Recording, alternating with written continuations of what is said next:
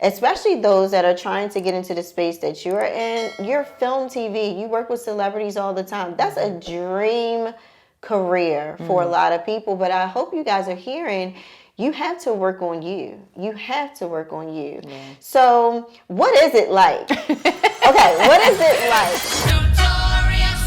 Now, ladies and gentlemen, it's about that time. Turn the thing on out. Now, let me see everybody do this. Let's go! They wanna know.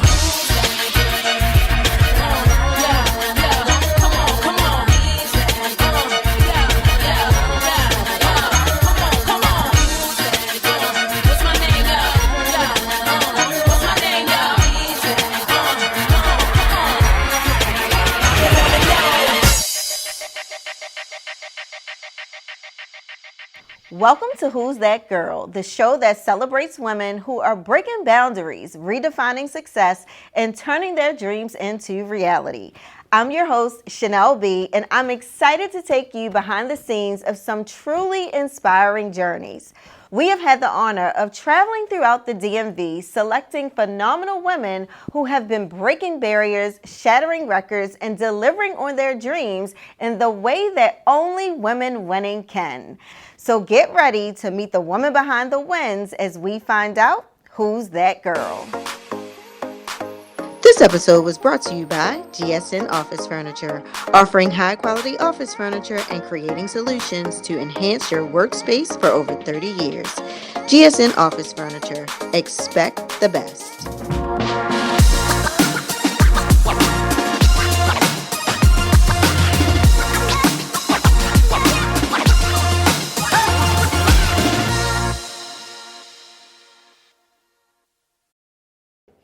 Well, hello everyone, and welcome to Who's That Girl. We are excited today to have Gazi Olandu Young here with us today to talk all things women winning. Now, if you don't know, she is a 2023 NAACP Image Awards winner, and we can't believe she's here right now. And like she told me, she's on the red eye tonight, and she's all over the place. But we are so excited to hear her story and how she has had this opportunity to have the career that she has today. So we are going to get right into it because if you guys listen, she is who she is today.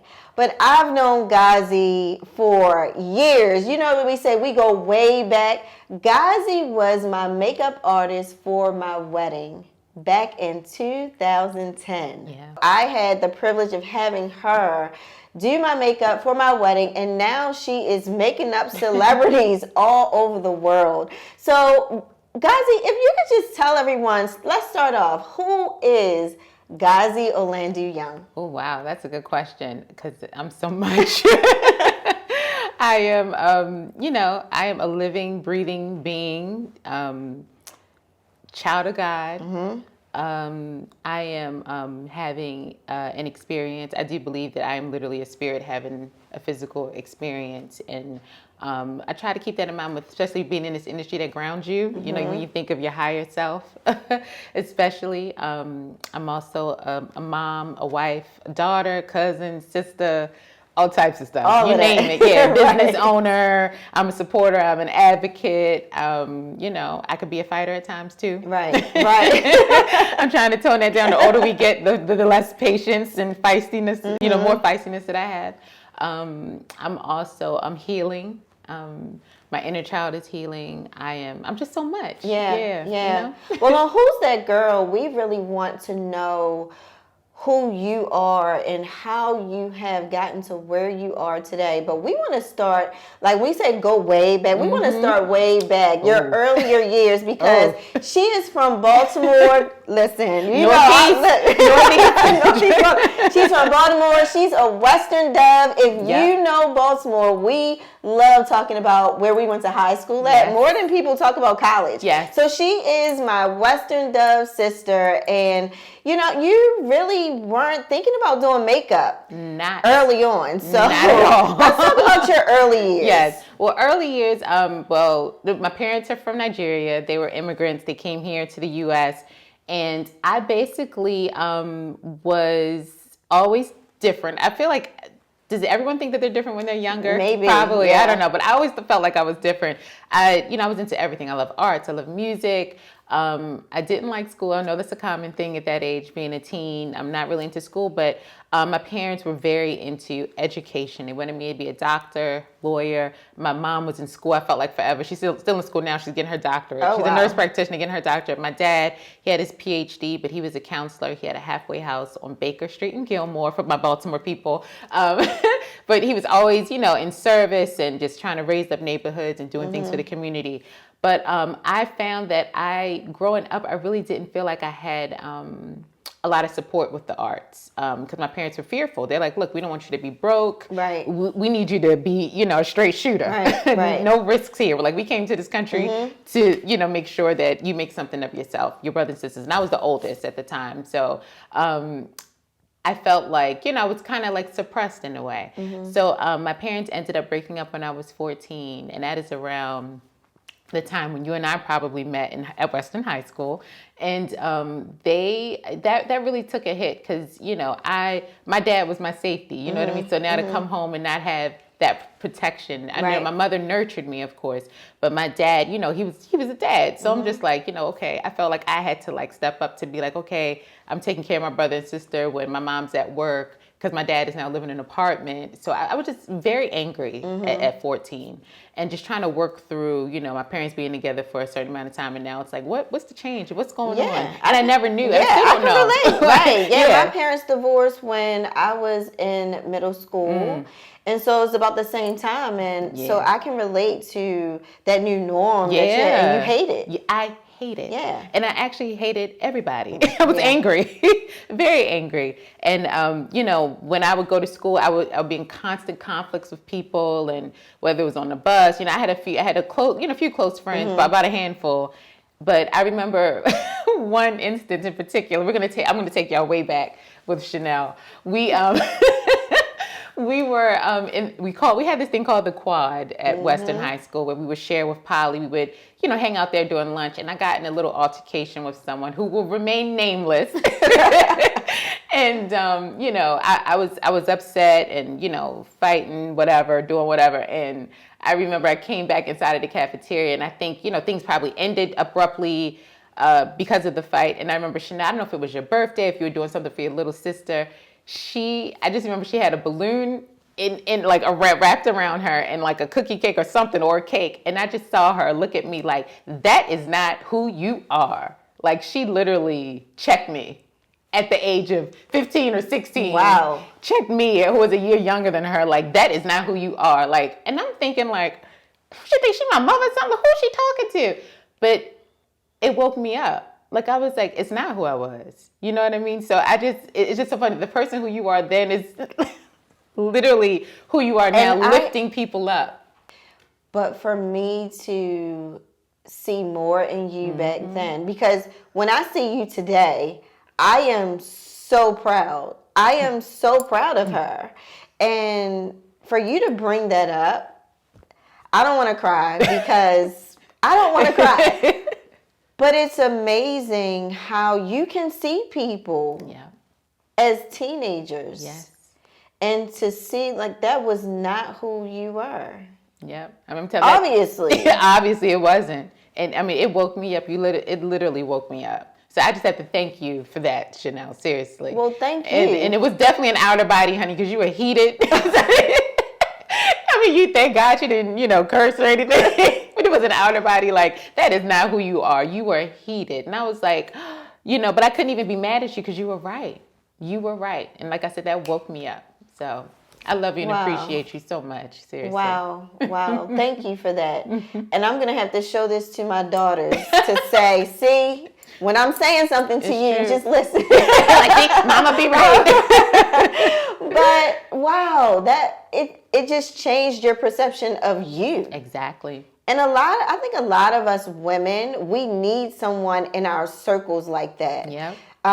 This is why Women Winning Worldwide is so important, because there are so many women that don't have the right women around them to support, encourage, empower, uplift, speak life into them. Yes. Sometimes we can see more in someone, then they can see him themselves. And can I also just add to that? It's so funny you're saying this because you and I, it's not like we didn't talk every day. We would say hi or bye. Right. So it wasn't even, we weren't even in each other's circles, so to speak. Just the fact that you could observe me on a daily basis and know the spirit and be like, you know what, that's not who she is. Right. The fact that you had enough guts and audacity to be like, I'm gonna check her. Like, that's not who she is. Like, that's my dude. Like, that is nobody but God working through you. Seriously. Wow. And I just think now in this day and age, everyone's like, I'm gonna mind my business, or I'm not gonna get in it. It's wow.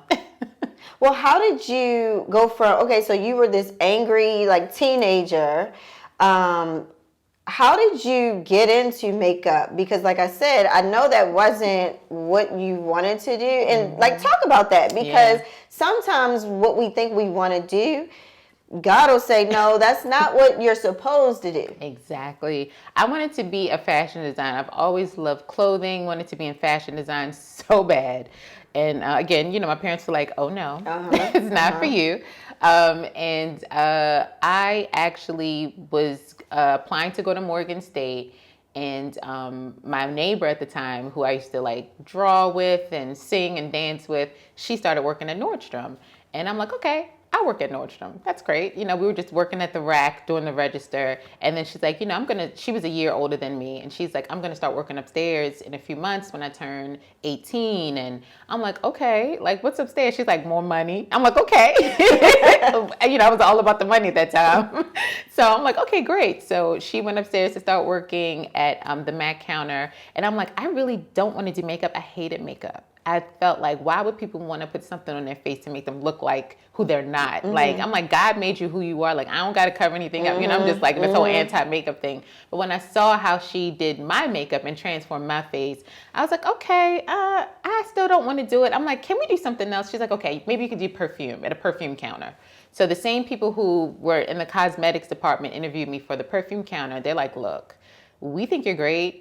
We want to kind of bump you up. You don't need to do perfume. We want you to do makeup. You have an artistic background. We've seen your drawings. Like, come on. We're going to start you at this line called Prescriptives. You can mix your own foundations for clients. And I'm like, okay. I'm like, that sounds kind of cool. And they told me the money. I'm like, okay, yeah, I'll do it. So it was great. But because I didn't come from a makeup kind of schooling and training, I made my own thing with it. I love natural makeup. I know that's the reason why I love to do your makeup, because you're like, look, Gazi, I don't like a lot of makeup. That's You're right. like, I like to look like me. I like it, and this is why I'm like, you were my client, and that's who I was at the makeup counter. I was always a natural makeup person. So and yet people started calling you the natural makeup girl, right? They specifically wanted you. And so what changed though? Like what gave you that big push to get into the industry like you're in today? Well, it was my now mother-in-law. She was my client. She was a customer at Nordstrom. I was with an older couple, and Chanel, when I tell you, they took literally like 3 hours to buy one lipstick, and we get paid on commission, and I was like, oh Lord, like I love my elders, but they are draining me today. And she just kept waiting for me. I'm like, no, someone else can help you. Like, I didn't want her to wait. She's like, no, I'm gonna wait for you. So when I finally got to her, I was like, I'm so sorry. I was so apologetic. She's like, no, So she bought like almost $2,000 worth of makeup from me. And with me thinking, oh, I'm not going to make my day because I spent 3 hours with this, couple, and she made me make my week this one moment. I was just like, wait a minute. I'm like, what do you do for a living? Like, what? Like, you buying all this makeup? She's like, oh, I'm a makeup artist for film and TV. And I'm like, what? Like, and you live here? I'm like, are you just in town from LA? She's like, no, I'm from Baltimore. She's like, I grew up at Lafayette Courts. And I'm like, what? Like, I mean, she blew my mind. Yeah. I never knew it was an industry like this that existed. I never knew you could be a living, breathing, grown up in this business, and doing makeup artistry. So she showed me. She was like, I'm like, oh my gosh, like, there's a future in this. I had no idea. I had no idea about a union. I had no idea about contracts. She just literally pointed me in the right direction. She told me books to read. I checked in with her like once a month, and I would go to see her speaking engagements. And I mean, she really showed me the ropes. So for you to talk books, and as a makeup artist, right? when you heard that, okay, I'm going to have to do this, because I know there are some people that think they don't have to do, or they just go out there and start doing it without working on them. Yep. So to know you had to do all of that stuff within yourself, that was a decision. Yeah. To You're decide, okay, I'm going to go for it. I'm going to read what she's telling me. I'm going to hold myself accountable, allow her to hold me accountable because she was your mentor. Yep. So to know that you had to do that in this industry, that's amazing. Wow, I never thought of it like that. Yeah. I never thought of it like that. You're right. Yeah, you're because right. a lot of people don't necessarily seek out a mentor. They don't. They just want to go out, make some money, but they wonder why they're not getting to where they really want to be, especially those that are trying to get into the space that you're in. You're film, TV, you work with celebrities all the time. That's a dream career for a lot of people, but I hope you guys are hearing, you have to work on you. You have to work on you. Yeah. So what is it like? Okay, what is it like? What is it like working with celebrities today? It is actually, I don't want to say it's about the same. I feel like, with you, like for your wedding day or an event you might have, I am there to support you, to make you not just look your best, but to feel your best. A lot of people don't realize the mindset that you have to have when you're in service. It's not just like, oh, yes, ma'am, what do you need, blah, blah, blah. Mm-hmm. It is literally like you can be an actress coming in. It could be a wedding day. It could be a bad day for you. And I need to be able to connect with you to put you at ease so you can go out in front of your audience, whether it's your guests for your show or whether it's, the camera for a film or TV for you to be your best self. So I think that I try to, although I am very conscious about being present, I really try to connect and support whomever I'm doing. So it is kind of about the same. Let's talk about The Color Purple and different projects that you have been on. What in the world is that like? When you sit back, when you are on set, are you sitting there like, wow, God, like this is really my life? I am. There have been total, I call them, those are the magic moments when it's like, okay, Lord, like this is literally what I prayed for. And I know people say that and it sounds redundant, but I'm literally going back on my journal pages like, oh, wait a minute. Like it has been such a blessing. My department head called me. I was on Shirley doing a Regina King project called Shirley in Cincinnati. And I was called for The Color Purple literally probably maybe 5 months before it started shooting. And Carol, who I met down in Atlanta, she's such an amazing, amazing artist and department head. She called me like, look, I got The Color Purple and this is the director and will you be a part? And I'm like, they were making The Color Purple. Of course, fear sets in. I'm like, oh, I don't want to do that. How are you going to remake The Color Purple? Right, I was like, I don't know. I was like, I need to talk about it with, to my husband. And I'm telling my husband, he's like, girl, if you don't stop acting stupid and do this dang thing. And right before that, weeks before that, I'm like, look, this is the last project I'm going to do. It's Cincinnati. I'm going to be home. Because it was so hard to fly back and forth to Cincinnati. It was really heavy, Cincinnati.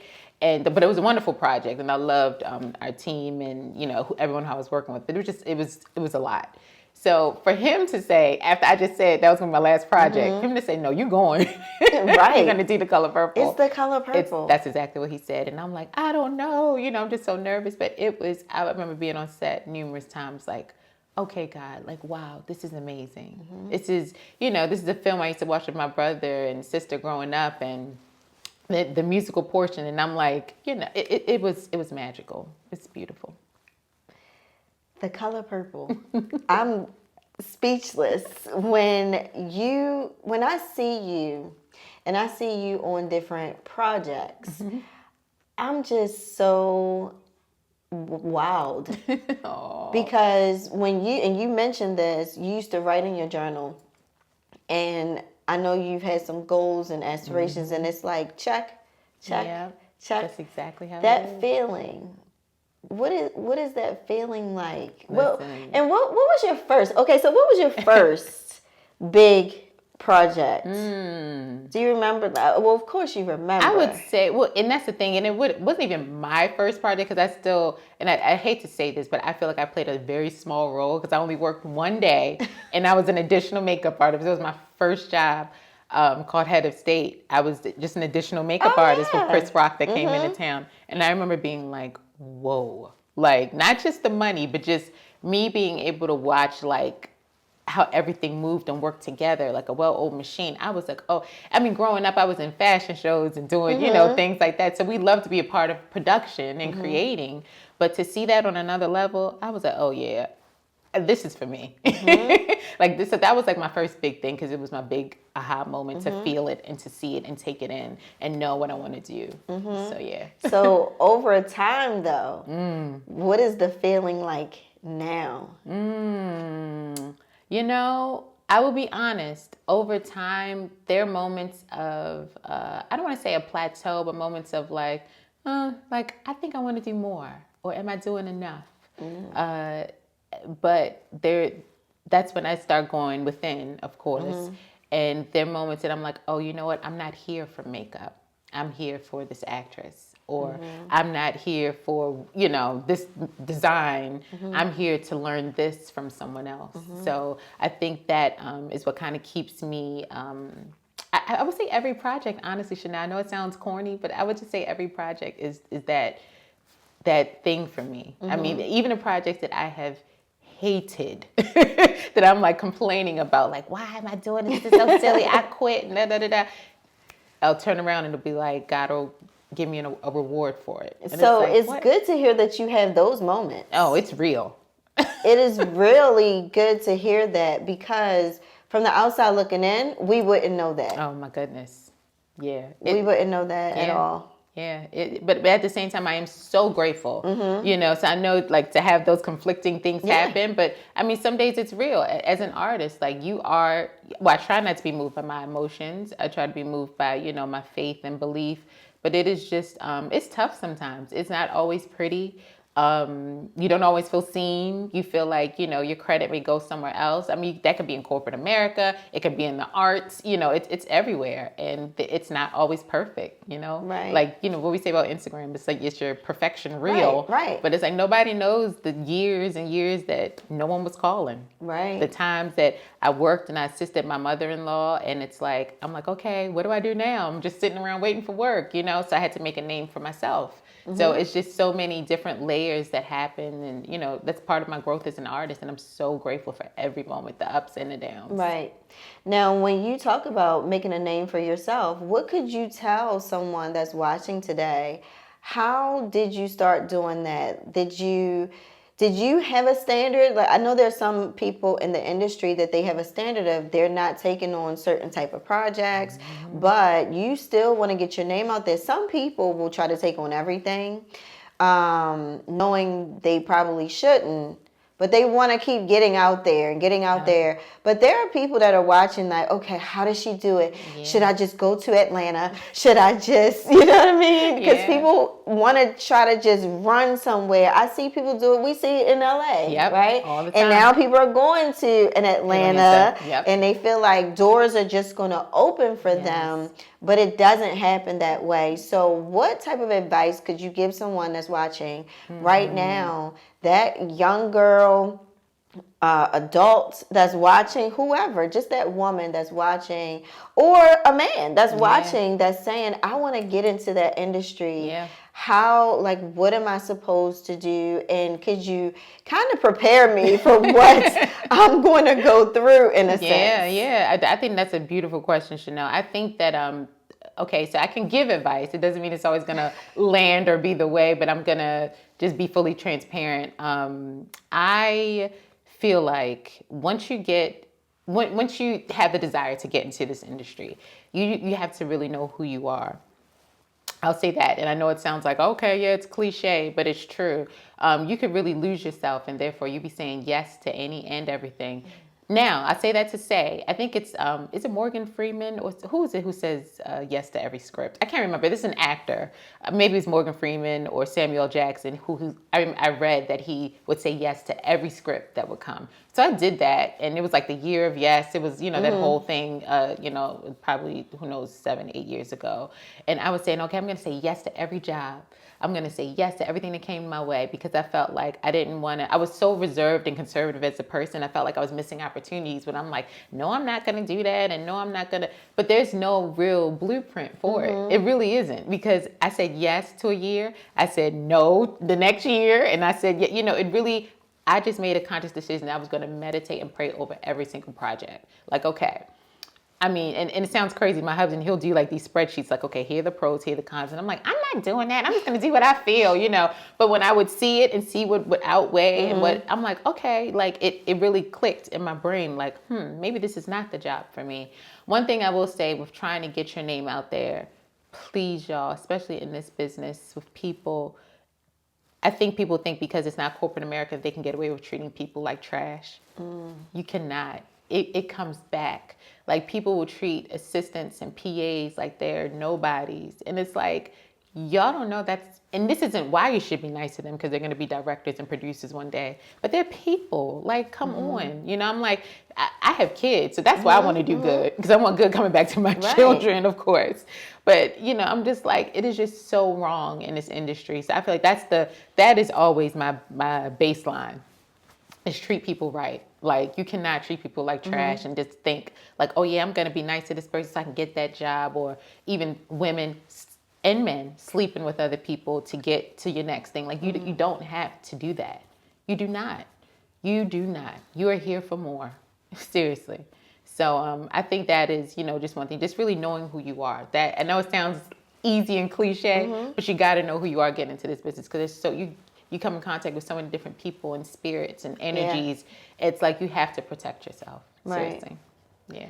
Well, that was a whole word in itself, because it's really about not getting caught up in all of the stuff that's going to be that you're going to be around. You're immersing yourself in a different environment, like you said, with different types of people. You don't know someone else's spirit until you're really around them.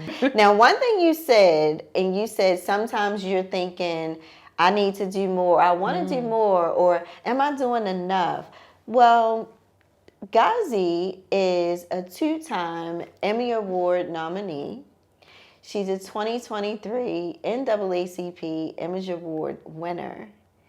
So what is it like managing it all? You are on set in different cities, different states, sometimes different countries.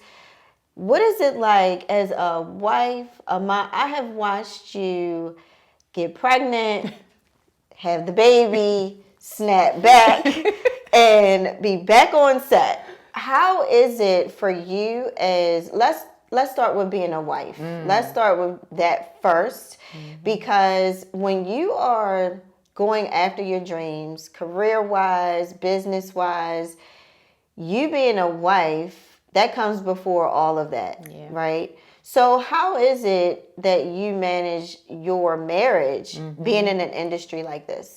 I think that my husband and I, early on, even back in college, he was at Drexel, I was at Morgan, and when we met, so we were always kind of like working independently and always made time for each other. Not to say we were putting career or dreams before each other, but we knew how important it was to us. Like, within our first conversations, I told him, I'm like, I'm gonna, my name's gonna be in credits, and I want to inspire other African kids. You know what I mean? Because it was really unheard of to have your Nigerian parents having artists. It's like, oh, they're gonna be pouring on the street and living, up under your mom and dad forever. And I was working to prove that wrong. So at the same time, me being in this industry, when I first got in, everyone was like, don't be married in this industry.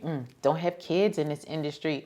Don't. Saying that, I'm like, why can't I? Right. Like, what? Like, if I have the foundation of, I'm God-fearing, this, that, and I know mistakes and things happen, but I'm like, I can relentlessly still have what I want and have what I want. You know what I mean? Like, why do I have to choose? So, my husband really understood that. And thank God his mother was also in the industry. So although when she got in, he was, a lot older. I think he may have been in high school, I believe. But I was really blessed to always support when when I had our first child, he told me he wanted to go to business school.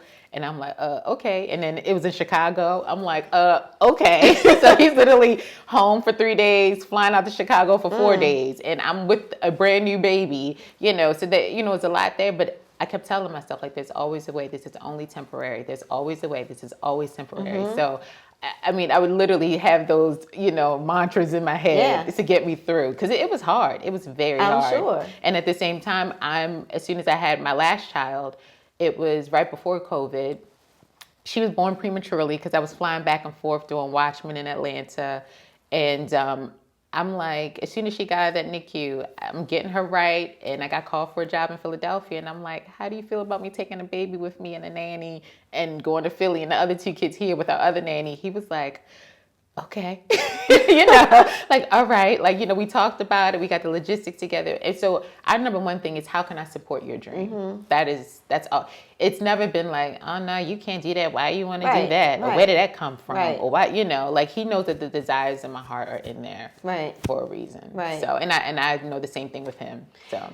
A lot of people don't understand that sacrifice is only for a season. Or choices. One of my mentors used to say, stop saying sacrifice, say choice. Because you choose to be in this industry. You guys chose to have a family, multiple kids, while you were still pursuing your dreams in your career. So now, outside of your husband, though, you are a mom. So for all the moms out there wondering, how is she doing this? You took the baby. They're like, you took the baby to another state. Your husband was there. He was okay with that, right? Like, I know there are couples that are going to see this and they're like, wait, what? Like, they're crazy. They're crazy. But you guys are fulfilled with your dream careers. And both of you are excelling so much in your respective careers today. It's so admirable what you guys have been able to do. But how have you done it? And I know you have had the mom guilt that we all have. How do you do that with your kids? How do you manage that? It is it is a time. I would say that, thank God I have so much support. My sisters, my family, my mom, my mother-in-law, my non-blood sisters who I call sisters, just my nannies, everybody. We have been so blessed. And I'll tell you this, I'll tell everyone, and thank God for therapy. I was taken advantage as a child. So for me to trust and trust other people with my children was such a big deal. So I literally, like you said, had to choose. I'm like, do I want the business or do I want, to take the risk of, oh goodness, like, is someone going to do something to my child and I'm not there? And I literally had to read a ton of books and go through therapy to be like, you know what? I'm not, like, God sees all. Why am I, doing this? But because that happened to me, I'm able to step in and be the person who I am today. So I am grateful for that. So it's like, my kids, I was going through it 24 hours ago because I had to leave and go to Philly and start my job after the strike was over. And my kids were so used to me being home. I've been home for 6 months. That's the longest I have been home since COVID. So home for 6 months, going to games, rehearsals. I know you love it. I totally love it. I love being a mom. It is amazing, but I also love working too. Right. But like you said, I get to choose, and that's where the power lies. And, I had to really talk to my kids like, look, like, mommy loves you. I FaceTime. I pray with them every night. I mean, even with my husband, when he travels, we make sure we're FaceTiming and praying every night with the kids so that they don't feel like it's that far off. And we also try to make sure, like for now, I'm out of town. He may be in town. And, we have nanny and support and, grandmas and everybody around to love them up. So, yes. Right. So there are people watching right now and this is their dream. What is the reality of the time that you have to put in? We talked about working on yourself because you tell people, do you mentor people? Okay. I do, yeah. And I tell the women in my program all the time, like, it is you're around these people more than you're around your family. Like, we do at the minimum 12-hour days every day on set. You're there for 18, 22, 20, 23 hours a day on set. And it is, like you said, a sacrifice. I love what I think what you said that one of your mentors told you, how it's a choice, because it's so much more empowering than saying sacrifice. But like if you really want to be in this business, like you got to commit, and it takes time. It is literally like building blocks for a whole house. Again, a lot of my mentees and people who I've had, I mean, I've been on the phone with them, like hang in there, like they've moved to Atlanta, they left everything, they left their full-time job. They're like, you know what, I'm gonna go cold turkey, I'm gonna move to Atlanta. I'm like, okay, just so you know, it's not easy. Right. Because you're going somewhere where no one knows you. Right. You haven't proven yourself yet. It's not like you have a list of credits, you have no background. Right. And yes, I can do, but so much to be like, hey, can you, I train this person, are you able to hire? But they have their list of people, and there's so many things, not just politics, but it's, you have to exhaust a certain list depending on what state that you are filming in, because it's like a non-union state versus it's so many different things. Right. So you're literally going out there, like jumping out there and waiting for the net to appear, like you taking that leap. Right. So it's tough, and I tell people all the time, like if you're going to do it, you have to have patience. Right. Because now I've been doing makeup now for 23 years. Wow. I've been doing makeup for film and TV for 23 years. And I just now feel like, oh, okay, maybe I am successful now. Whereas people are just getting in, some of my mentees, they're working overseas, and they've just gotten in 6 years ago. Oh, wow. So I'm so proud of them, so happy for them. But I literally make sure that, like, these are all the mistakes that I've made.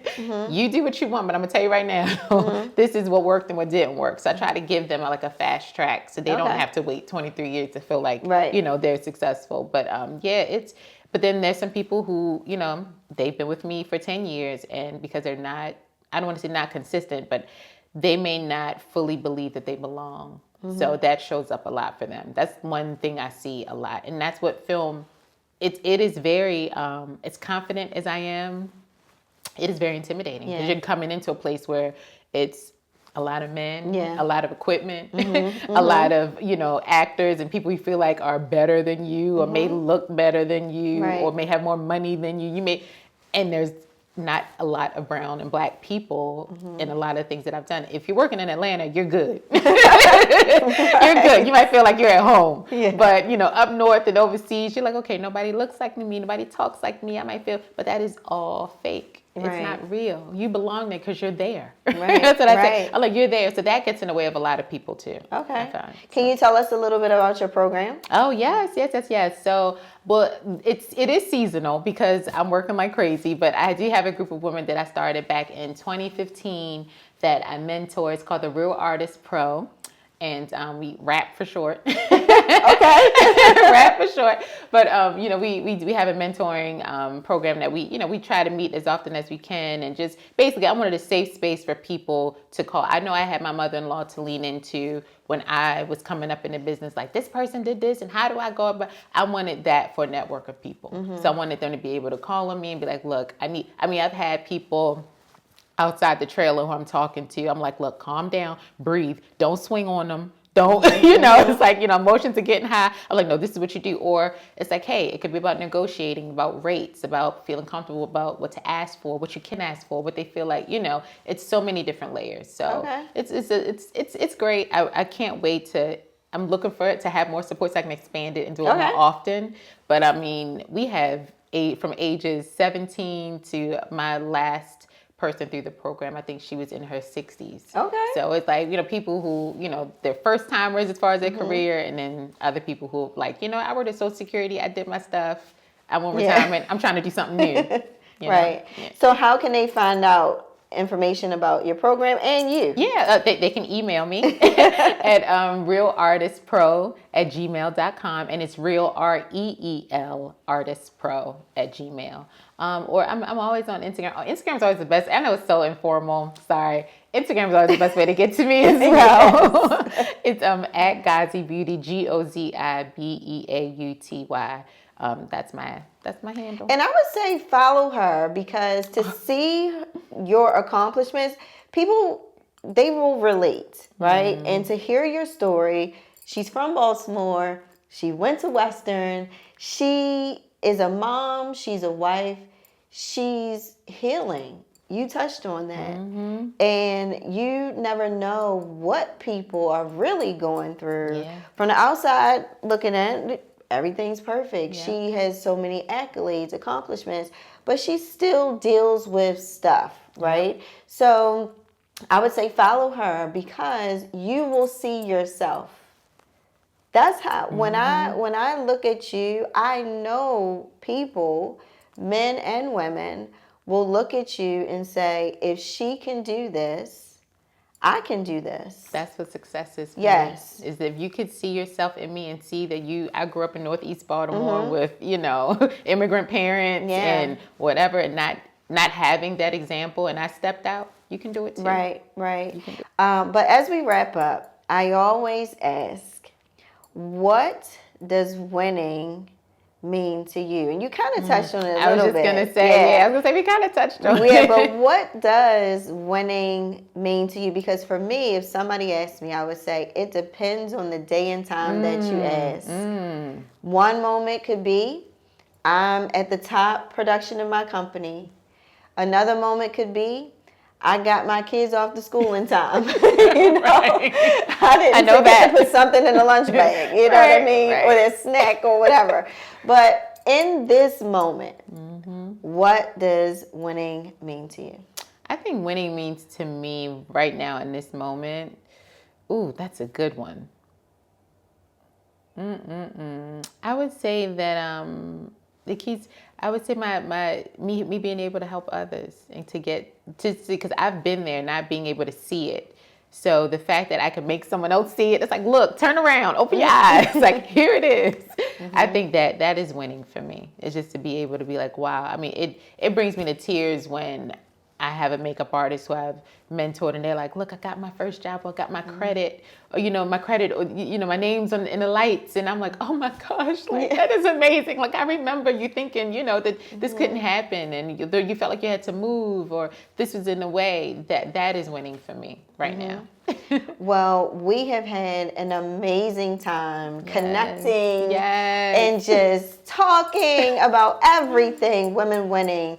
You as Gazi, the person, we were talking about this yesterday. I saw somebody talk about Beyonce the person, Beyonce the brand, and then her experience. But we talked about you being the person, you as the career woman, and you really as an inspiration to so many that are watching. There are people watching and you are inspiring that you have never even met. And you may never. That is so hard to hear that and to see. It's like, what? Yes. And so way back, when I said that is not who you are, I can't wait to see who you truly become. Because you are amazing today. Thank you, Chanel. But what will you be 10, 20 years from today? What will your legacy be? You are an inspiration. And ladies and gentlemen, this is Who's That Girl? You never know who the girl next door is that could pour into you and literally change everything. We say it only takes one person, one thing that can change everything. And we appreciate you so much for being on with us today. Follow her at Gazi Beauty on Instagram, and make sure that you spread the word about her. She's from Baltimore, y'all. Okay, so thanks so much for tuning in, and we will see you next time on Who's That Girl.